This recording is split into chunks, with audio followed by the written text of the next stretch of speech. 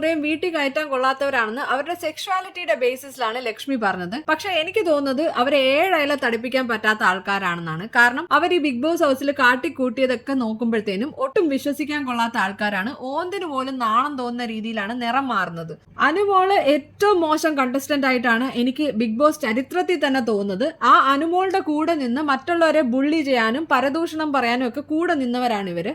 പക്ഷെ ലാസ്റ്റ് വന്നപ്പോഴത്തേനും അനുമോളെ അവര് തിരിച്ച് അടിക്കുന്നതായിട്ടാണ് നമ്മൾ കാണുന്നത്. ഏറ്റവും കൂടുതൽ ഇവിടെ ഒറ്റപ്പെട്ടു പോയത് അക്ബർ തന്നെയാണ്. കാരണം അക്ബറിനെതിരെയാണ് ഏറ്റവും കൂടുതൽ ആക്രമണം ഷാനവാസിന്റെ സൈഡിൽ നിന്നാണെങ്കിലും അനുമോളുടെ സൈഡിൽ നിന്നാണെങ്കിലും ആദ്യം തൊട്ടേ വന്നുകൊണ്ടിരിക്കുന്നത്. ഇതെല്ലാം റോങ് ആണെന്ന് ഇപ്പൊ പറയുന്ന ആദില അന്ന് എന്തിനാ അനുമോളുടെ കൂടെ നിന്നു, അതേപോലെ ഇന്ന് എന്തിനാണ് അക്ബറിന്റെ കൂടെ പോയി അനുമോൾക്കെതിരെ ഗൂഢാലോചന നടത്തുന്നത്? ആദിലയുടെ ഗെയിം എനിക്ക് മനസ്സിലായിട്ടേ ഇല്ല. ആദിലയ്ക്ക് എന്തെങ്കിലും മാനസിക പ്രശ്നം ഉണ്ടോ എന്ന് തന്നെ എനിക്ക് തോന്നിയിട്ടുണ്ട്. അത്ര സ്ഥിരതയില്ലാത്ത സ്വഭാവം ഞാൻ വേറെ ആരുടെ ഇടത്തും കണ്ടിട്ടില്ല. ഏതായാലും ഇപ്പൊ അനുമോളുടെ കൂട്ട് മസ്താനിയാണ്. ഈനാം ബീച്ചിക്ക് മരപ്പെട്ടി കൂട്ടെന്ന് പറയുന്ന പോലെ രണ്ടുപേരും ഒരേ തട്ടി തൂക്കാൻ പറ്റുന്ന ആൾക്കാർ തന്നെയാണ്. ഇത്രയും മോശം 2 കണ്ടസ്റ്റന്റ്സ് ആണ് ഇവർ രണ്ടുപേരും. ഏതായാലും മസ്താനി ആദ്യം ഉണ്ടായ അനുഭവത്തിനെ കുറിച്ചും സൈബർ ബുള്ളിങ്ങിനെ കുറിച്ചും ഒക്കെ പറഞ്ഞിട്ട് വന്നിട്ട് വീണ്ടും അതുപോലത്തെ ഒരു ബിഹേവിയർ ആണ് കാണിക്കുന്നത്.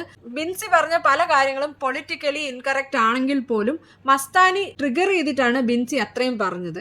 ഏതായാലും ഈ കണ്ടസ്റ്റൻസ് ഒക്കെ അധികം നാൾ നിൽക്കാതെ പോയത് ബിഗ് ബോസിന്റെ ഭാഗ്യം. അല്ലെങ്കിൽ ബിഗ് ബോസിനെ പോലും കയറി അടിക്കാൻ ഇവർ മടിക്കില്ല. അത്രയും ടോക്സിക് ആയിട്ടുള്ള കണ്ടസ്റ്റൻസ് ആണ് ഇവരെല്ലാം തന്നെ. ഏതായാലും ഇത്രയും ആൾക്കാർ വന്നപ്പോ എനിക്ക് മനസ്സിലാവാത്തത് നെവിൻ എന്ത് പറ്റിയെന്നാണ്. നെവിൻ ഒട്ടും ആക്റ്റീവ് അല്ല. നെവിൻ എന്തോ ആൾക്കാർ വന്നത് ഇഷ്ടപ്പെടാഞ്ഞിട്ടാണോ എന്നറിയില്ല. നെവിൻ മിണ്ടാതിരിക്കുന്നതാണ് കാണുന്നത്.